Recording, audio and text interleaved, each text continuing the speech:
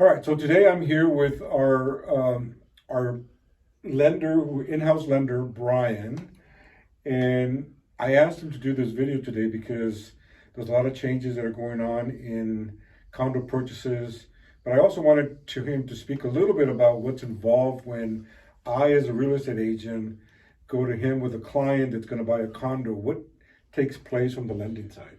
A lot, especially nowadays. So Fannie Mae and Freddie Mac have made a lot of changes to what's going on with the condo guidelines and how they approve condos and how we get the certs for the condos. So every condo has to go through an approval process to make sure that it's lendable, right? So that there's enough reserves, that it has owner occupancy concentration of a certain level, no litigation, a lot of those types of things. So Fannie Mae and Freddie Mac have cracked down on their guidelines, making it more stringent, meaning it's harder to get approved for the condos. So what does that mean for you guys as agents? What does that mean for our buyers? It means that the agents have to do, and myself, we have to do more diligence up front to make sure that those condos can be lendable, number one. And for the buyers, we need to make sure that they're not wasting time with condos that may not be able to be lendable, right? That are not approvable. So there's a lot of things that go into that, which is checking the CC&Rs, which is all the notes of the minutes. We have to contact the HOAs, get some information from them. So there's a lot of upfront things that have to happen nowadays that we didn't have to do before. So but this is a little different than like if I have an FHA buyer. Mm-hmm. This is in addition to the requirements that FHA requires. So FHA and VA, they have their own buildings that are approved or not. And if they are not approved, you cannot lend on that building or get an FHA loan or a VA loan. Fannie Mae and Freddie Mac will still allow you to get a conventional loan on a building that is not approved in their system. And that's where we kind of run into these problems, is we have these reviews, and the reviews will usually turn up some problems with the condos. And this changes that you're talking about from Fannie Mae, this is recent, right? This is all recent, all 2024. And I'm not really sure the reasoning why. I'm not really sure why they're cracking down on it, but they're making it a lot harder for buyers to get into these condos, especially smaller units. We were talking about this today.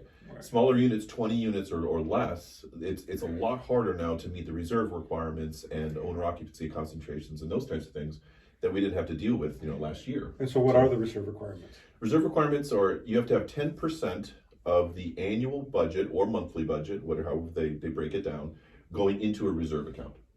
So that's quite up from what it used to be. It used to be like in the 5 to 7% range. Now they bumped it up to 10%. So at $100,000, if that's their annual budget for a 20-unit condo, that means that $10,000 a year has to go into this account.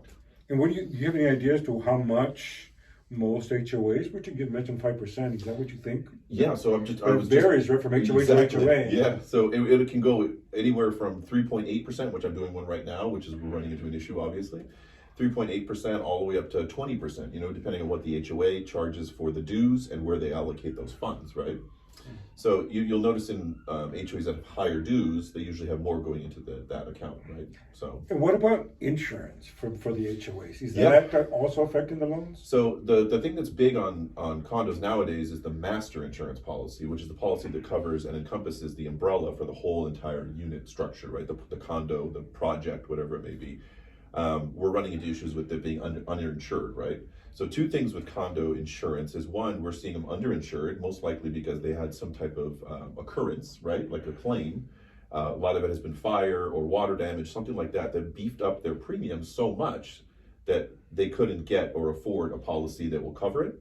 And number two is we're running into deductibles. So Fannie Mae and Freddie Mac says that their deductible can be no more than 5% of what the limit is, right, of the premium. So if the deductible is $100,000 on $1 million policy, it's not going to work. So what happens? What do HOAs do then if they can't get a policy? Then what happens? Sometimes, so they piece it together, right? So I was doing one the other day where there was 5 separate policies all put together. That's crazy. Yeah, that's crazy. It's the only thing they can do, especially after a fire. So there was a building. I think you and I talked about this. There was a fire in a building. And the HOA couldn't get a normal policy, so they had to piece it together, and it ended up being only $5 million, and they were supposed to have a $60 million policy. So that you can't finance it. You cannot finance. So there's ones that you can though. Like if it's a policy that's a little bit underinsured, or the policy deductible is close, like you can contact the HOA and have them change that, right? And then you can be lendable. So there's ways around it, but when it's that far off, that has to go into a whole separate category of lending. And you mentioned one other thing. So if an HOA is under litigation, obviously that affects. Yeah, it does. And so that doesn't mean it's out of the running, right? That just means that we have to get more information on the litigation. If it's a litigation for somebody slipping and falling, and they're just, they're suing to, for some reason around that, like premise liability, that type of stuff, that's fine. We can work around that. But when it comes to like a structural defect or something, like the building was not built properly, or there was defects in the building, and those are being corrected over a period of time, or plumbing issues, or anything that goes back to like the developer of the building, or construction, or long-term fixes. Like the foundation, for example? Foundation, those things are most likely not lendable, right? So if they're suing because, like, if the homeowners are all suing the HOA because of that, that could be an issue for sure. So is there any lawsuit, I mean, that's not related to what you just said? Like, for example, what if a homeowner is suing members of the board for something silly, like a parking space, for example? Yeah, or like a that is dog, non-existent. some dogs, some stupid reasons. Like we understand that frivolous lawsuits are out there. It's California, right? We know that that's going to happen.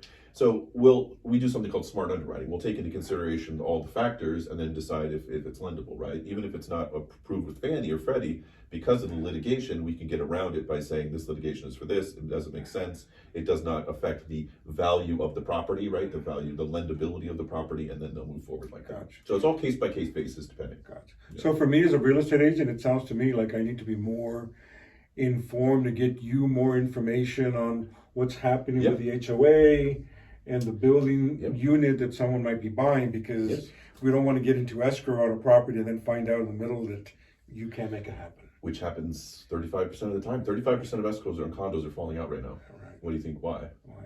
It's the So main reason. it sounds like we have to work smarter. Work smarter and harder. Yeah. Thank you, Brian, for doing course. this. I appreciate Absolutely. it.